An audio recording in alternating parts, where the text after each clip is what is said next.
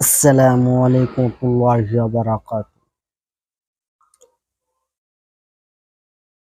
তো আজকে আমাদের নানা মরেছিল।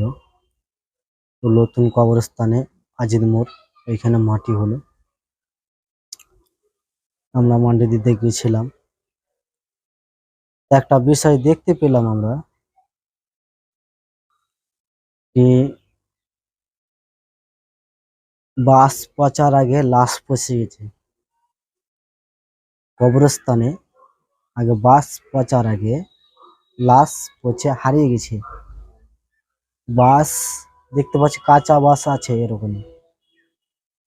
কিন্তু লাশ আর ঢোড়া পাওয়া যাচ্ছে না।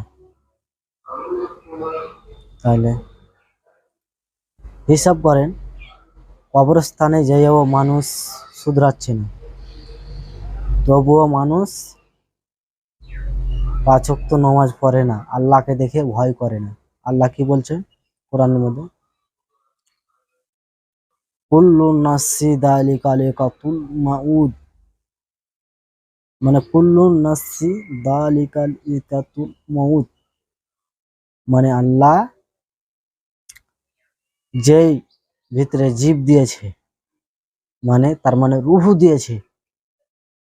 জীব মানে রুহু, যার ভিতরে রুহু আছে তাকে একদিন না একদিন মরতে হবে আর ওই কবরে যেতেই হবে। কিন্তু কবরে যদি যায় তা আল্লাহ তাআলা ফেরেশতা পাঠাবে 3টা প্রশ্ন ধরার জন্য। আর ওই 3টা প্রশ্ন যদি পেরে নেয় তাহলে আর কোনোদিনও ওই আটকাবে না। আর কবরে আটকালো মানে সবই তো, কবর থেকে আযাব চললো আর কিয়ামত অবধি। কবরে আযাব হবে, তারপরে কিয়ামত হবে, তারপরে কিয়ামত হয়ে ফের আবার আযাব হবে, জাহান্নামে পড়বে সে। হিসাব করেন তাহলে কত কষ্ট। তাহলে এই দুনিয়াতে যারা এখনো বেঁচে আছো তারা আল্লাহকে স্মরণ করো আর আল্লাহকে দেখে ভয় করো, নবীকে মেনে চলো। শেষ নবী আমাদের হযরত মুহাম্মদ সাল্লাল্লাহু আলাইহি সাল্লাম আমাদের শেষ নবী, আর উম্মত, আল্লাহর বান্দা। তোমরা আল কোরআনকে মেনে চলো, কোরআনকে মেনে চলো, তাহলে জান্নাতে যেতে পারবেন, না হলে জান্নাতে কখনো যেতে পারবেন না। আল্লাহর দয়া ছাড়া কখনো জান্নাতে যেতে পারবেন না।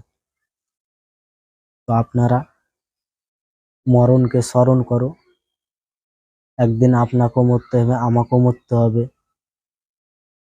একদিন